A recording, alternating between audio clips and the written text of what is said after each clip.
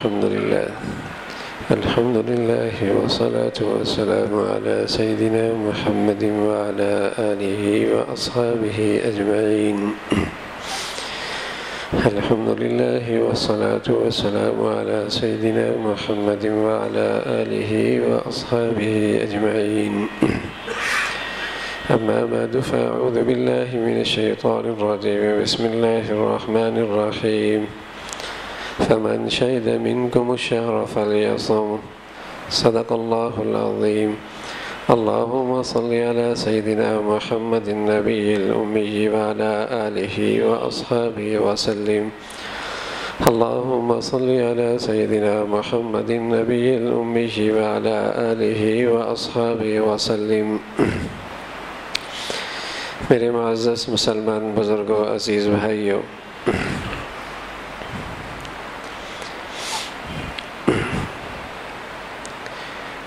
انسانیت قدم قدم پہ ٹھوکریں کھایا کرتی ہے اور اپنی زندگی کا مقصد، اپنی زندگی کی منزل فراموش کر بیٹھتی ہے. کبھی اسے اندر کا انسان ورغلاتا ہے، خواہشات نفس، اور کبھی باہر کی اسے ماحول، شیطانی قوتیں، انسان نما شیطان اسے زندگی کے مقصد سے دور کر دیتا ہے.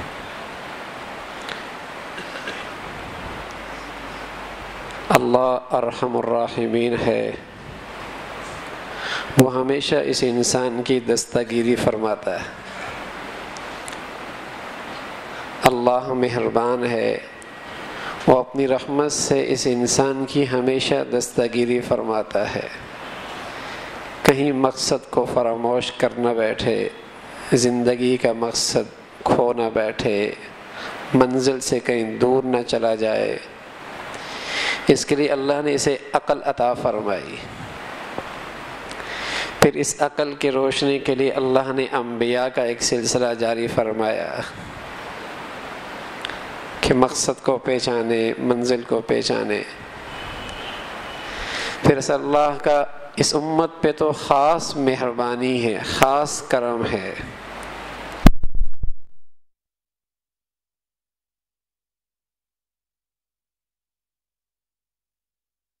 اس امت پر خاص مہربانی اللہ کریم کی کہ اس امت پہ اللہ نے یہ رمضان کا عظیم الشان، مبارک، محبت بھرا، رحمتوں بھرا مہینہ اس امت کو عطا فرمایا.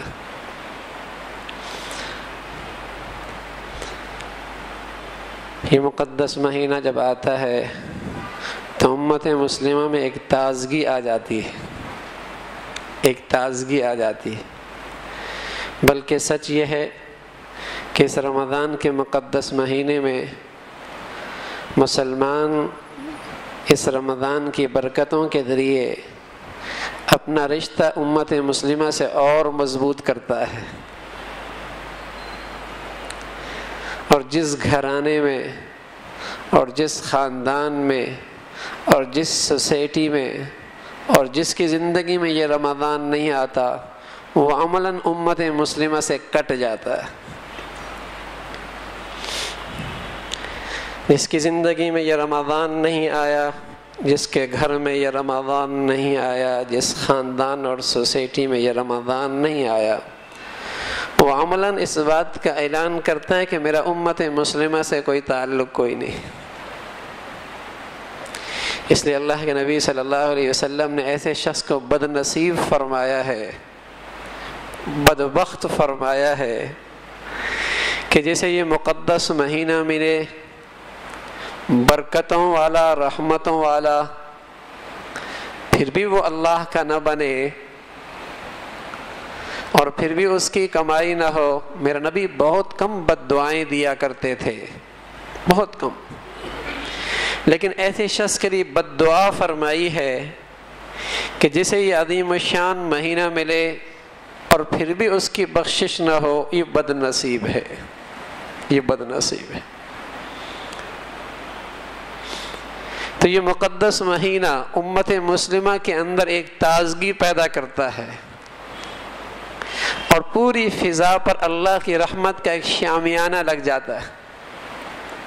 اللہ کی رحمت کا ایک شامیانہ، اور جو اس شامیانے کے تحت آتا ہے علامت ہوتی اس کا تعلق امت مسلمہ سے ہے، یہ مسلمان ہے، یہ گھرانہ مسلمانوں کا ہے، یہ سوسائٹی مسلمانوں کی ہے، یہ بیٹا، یہ نوجوان کسی مسلمان ماں باپ کی اولاد ہے، یہ بیٹی کسی مسلمان کی اولاد ہے، یہ تعلیمی ادارہ جہاں رمضان کی برکتیں نظر آ رہی ہیں یہ مسلمانوں کا ادارہ ہے، یہ فیکٹری، یہ دفتر، یہ ادارہ، یہ بازار جہاں رمضان نظر آ رہا ہے یہ مسلمانوں کا ہے، اور جہاں رمضان کی برکتیں نہیں ہوتی عملاً اس بات کا اظہار ہے کہ اس تعلیمی ادارے کا تعلق امت مسلمہ سے نہیں ہے،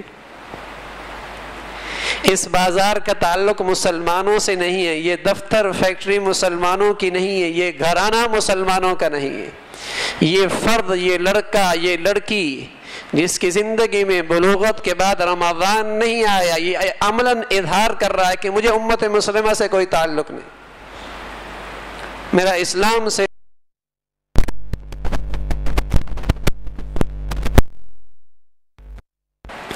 اس لیے اس مقدس مہینے میں کوئی کتنا بھی کمزور ایمان والا ہوتا ہے دوڑتا آتا ہے اس رحمت کے شامیانہ میں، دوڑتا آتا ہے اس رحمت کے شامیانے میں، بلکہ مسلمانوں میں وہ بچے جو ابھی بالغ نہیں ہوا کرتے تھے، مسلمان گھرانوں کا یہ ماحول دیکھ کر ان بچوں میں شوق آیا کرتا تھا، 8 سال کے 7 سال کے بچوں کا روزہ نہیں رہا کرتا تھا، ایک فضا، ایک ماحول ایسا مسلمانوں کو مل جاتا ہے، وہ بچے 10 سال کے 9 سال کے ان کے پورے روزے گزرتے ہیں،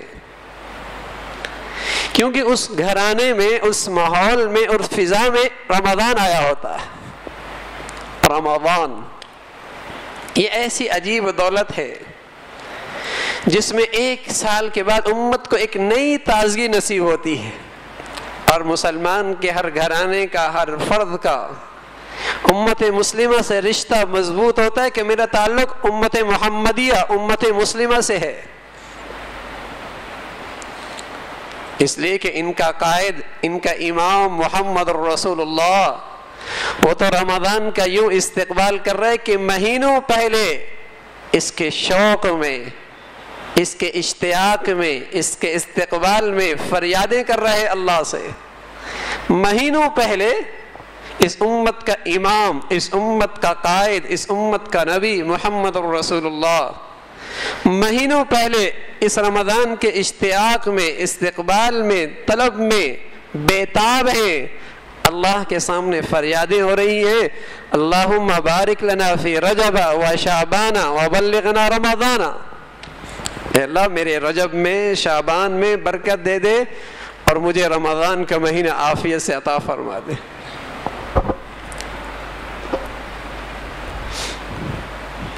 حضرت سلیمان فارسی رضی اللہ تعالیٰ فرمانے لگے رمضان کے قریب ہونے کا وقت تھا، شعبان کا آخری دن تھے، تو اللہ کے نبی صلی اللہ علیہ وسلم ہم سے مخاطب ہوئے اور فرمانے لگے تم پر اللہ کی طرف سے ایک رمضان، ایک مہینہ آ رہا ہے اپنی رحمتوں کے ساتھ، اپنی برکتوں کے ساتھ، جس میں ایک رات ہے جو 1000 مہینوں سے افضل ہے، اس کے دن کو اللہ رب العزت نے روزے کے لیے مقرر فرمایا ہے، رات کو اللہ رب العزت نے اس کی نماز کے لیے، تراویح کے لیے مقرر فرما رکھا ہے۔ قرآن میں ایک لفظ ہے سجدہ کرو گے تو اللہ کے قرب پالو گے۔ حضرت ڈاکٹر عبدالحی عارفی رحمۃ اللہ علیہ عجیب بات فرمایا کرتے تھے، اللہ اس مہینے میں اپنے بندوں کو نوازنا چاہتا ہے، ہر سجدے پہ اللہ کا قرب کا ایک درجہ نصیب ہوتا ہے، ہر سجدے پہ اللہ کا قرب کا ایک درجہ نصیب ہوتا ہے۔ یہ مسلمان 20 تراویحیں پڑھتا ہے اور جیسے ہی فارغ ہوتا ہے تو اسے الحمدللہ 40 اللہ کے قرب کے درجات مل جاتے ہیں۔ ہاں میرے عزیزو، اس رات کی عبادت کو ضائع نہ ہونے دینا۔ عجیب فتنہ ہے، کوئی 6 پڑھ کے نکل رہا، کوئی 12 پڑھ کے نکل رہا، کوئی 14 پڑھ کے نکل رہا۔ ارے اللہ کے ہاں سے رحمت کی بارش ہو رہی ہے، قرب کے بہانے اللہ عطا فرما رہا ہے کہ اللہ ہر سجدے پہ ایک قرب کا درجہ دے رہا. یہ 6 پڑھ کے بھاگ رہا صرف 12 درجے پائے, 8 پڑھ کے بھاگ رہا 16 درجے پائے, اور جسے کہیں کہ 10 پڑھ کے چلا جا رہا صرف 20 قرب کے درجے پائے. اور یہ خوش نصیب ہے سبحان اللہ, اس نے 40 سجدے کی ہے اللہ کے ہاں, اس نے 40 قرب کے درجے پائے. تو حضرت سلیمان فارسی رضی اللہ تعالیٰ عنہ سے فرمایا کہ اللہ نے تمہیں ایک مہینہ دیا ہے جس کے دن کو اللہ نے روزے کے لیے مقرر فرمایا, رات کو نوافل کے لیے, نماز کے لیے, تراویح کے لیے مقرر فرمایا. اور اس رمضان میں اس مہینے کے اندر کوئی شخص ایک نیکی کرتا ہے وہ ایسا ہے جو غیر رمضان میں اس نے فرائض کی نیکی ادا کی, اور جس نے اس مہینے کے اندر فرض ادا کیا یوں ہے جیسے اس نے 70 فرض کا ثواب حاصل کیا.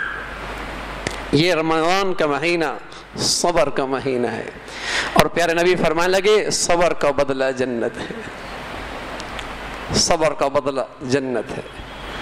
اور فرمایا کوئی شخص اس رمضان میں کسی کو روزہ افطار کروائے اللہ اس سے اس کی گناہوں کی بخشش فرماتے ہیں, جہنم سے خلاصی نصیب ہوتی ہے. بیٹھنے والوں نے کہا یا رسول اللہ کوئی ہو ہی غریب, اس کے پاس کچھ ہو ہی نہیں. کہا یہ تھوڑی ہے کہ اس کا پیٹ بھر کے اسے کھلائے, ایک گھونٹ پانی پلا دے, لسی کا ایک گھونٹ پلا دے, کھجور کا ایک دانہ دے دے, اللہ اس سے بھی اس کا ثواب عطا فرما دے گا. اور روزے دار کے روزے میں ذرا بھی فرق نہیں آئے گا. پھر اللہ کے نبی فرمانے لگے کثرت سے اس رمضان کے مہینے میں 4 چیزوں کا اہتمام کرو. 2 ایسی ہیں جسے تمہیں اللہ کی رضا نصیب ہوگی, ایک لا الہ الا اللہ محمد الرسول اللہ, دوسرا استغفار کی کثرت, اور 2 چیزیں ایسی ہیں جن کے بغیر تمہارا چارہ کار ہی نہیں. ایک اللہ سے جنت خوب مانگو, دوسرا اللہ کی آگ سے پناہ مانگو, اللہ کی سلگائی ہوئی آگ اس سے پناہ مانگو.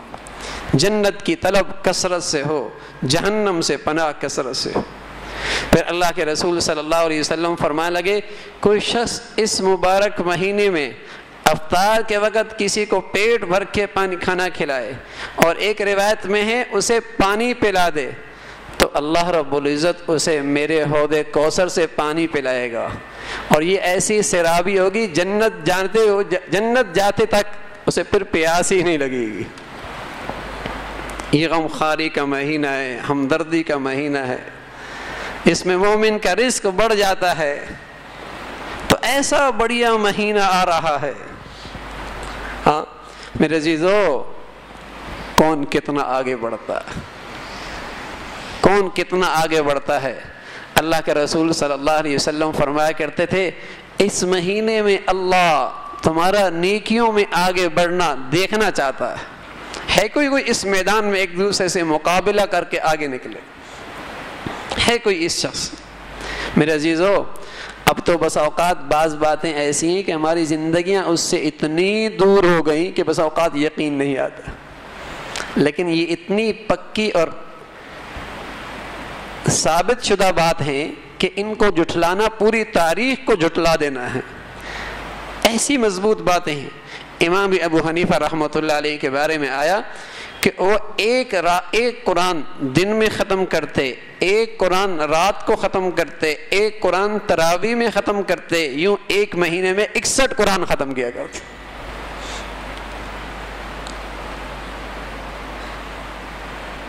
ایسا رمضان کا اہتمام ہوا کرتا تھا. ان کا کھانا کم ہو جاتا, سونا کم ہو جاتا, اور ان کا ملنا جلنا کم ہو جاتا. یہ عبادت کا مہینہ ہے, خاص عبادت کا.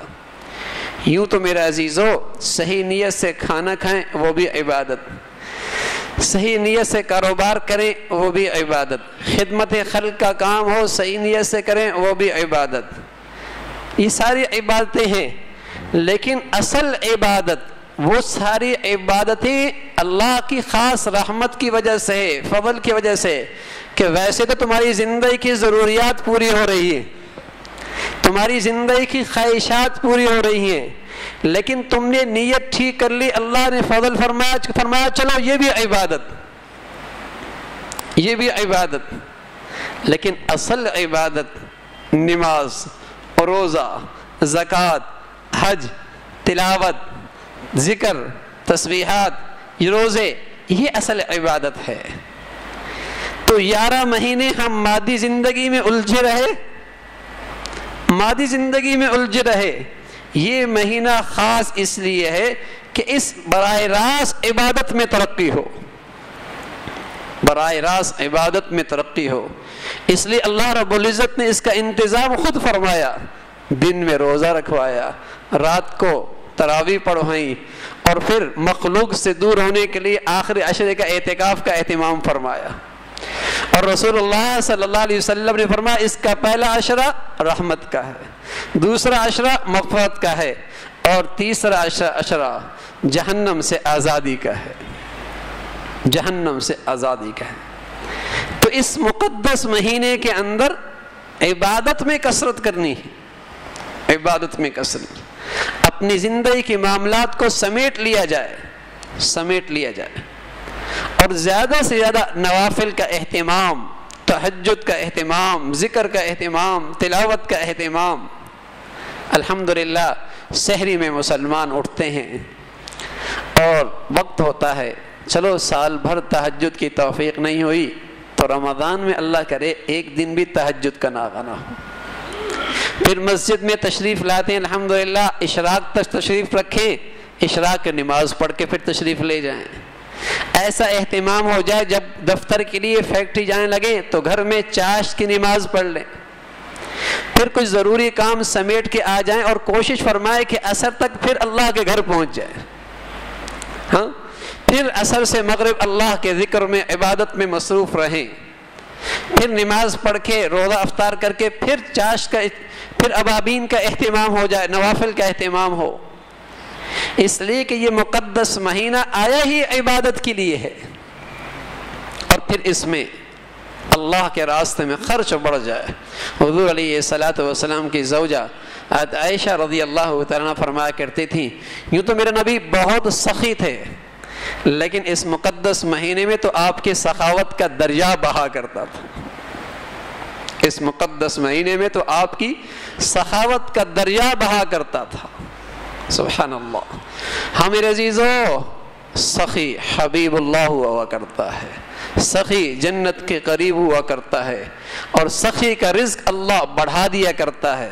بلکہ سچ یہ ہے کہ جب آدمی سخاوت کا مظاہرہ کرتا ہے، اللہ اس دنیا کے اندر اس شخص کو اپنا مخزن، جہاں خزانہ اکٹھا ہو، اس کے لیے اسے منتخب کر لیتا ہے، اس کے ہاں خزانہ ڈالتا رہتا ہے، یہ تقسیم کرتا رہتا ہے، اور جب تک تقسیم سے نہیں اکتاتا اللہ بھی اسے اپنا خزانہ، اپنا مخزن بنائے رکھتا ہے۔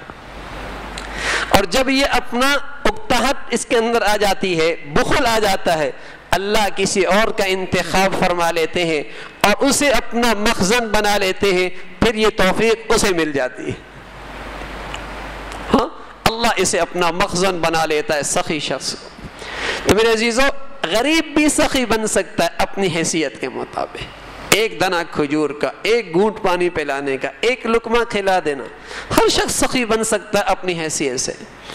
تو یہ مقدس مہینہ اس کے لیے آیا ہے، اور رسول اللہ صلی اللہ علیہ وسلم فرمایا کرتے تھے، جو اس مقدس مہینے میں اپنے ماتحتوں پر بوجھ ہلکا کر دیتا ہے، کام ہلکا کر دیتا ہے، اللہ اس کو اس کے بدولت اس کے سارے گناہوں کی بخشش فرما دیتے ہیں۔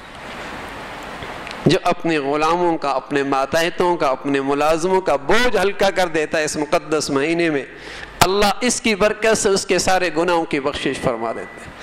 تو جب الحمدللہ جسے اللہ نے حیثیت نصیب فرمائی وہ اپنا وقت عبادت کے لیے نکالے گا تو اس کے ماتحت بھی عبادت کے اندر مشغول ہو جائیں گے۔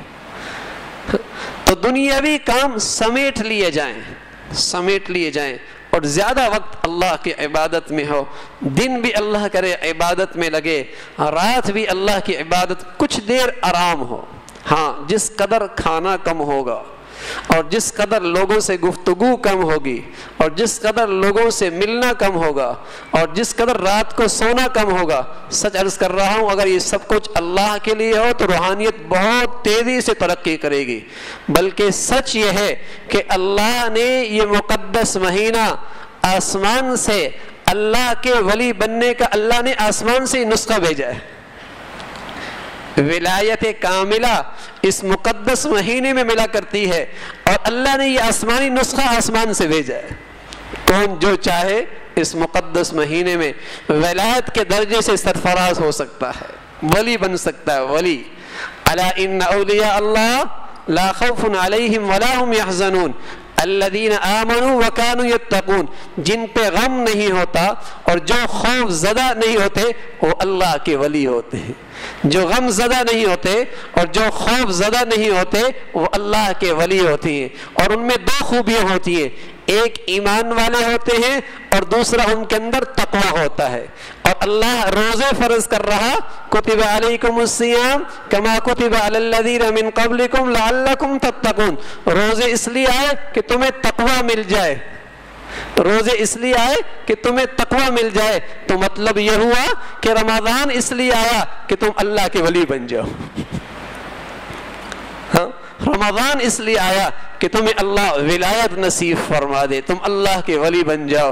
اور سچ عرض کر رہا ہوں یہ بہترین موسم ہے اپنی اولاد کی تربیت کرنے کا، یہ بہترین موقع ہے اپنے گھروں کی تربیت کرنے کا، یہ بہترین گھڑی ہے اپنے دوستوں کو اللہ کے قریب کرنے کا۔ بلکہ سچ یہ ہے کہ یہ بہترین موسم ہے اپنے ماتحتوں کو اللہ کا ولی بنانے کا۔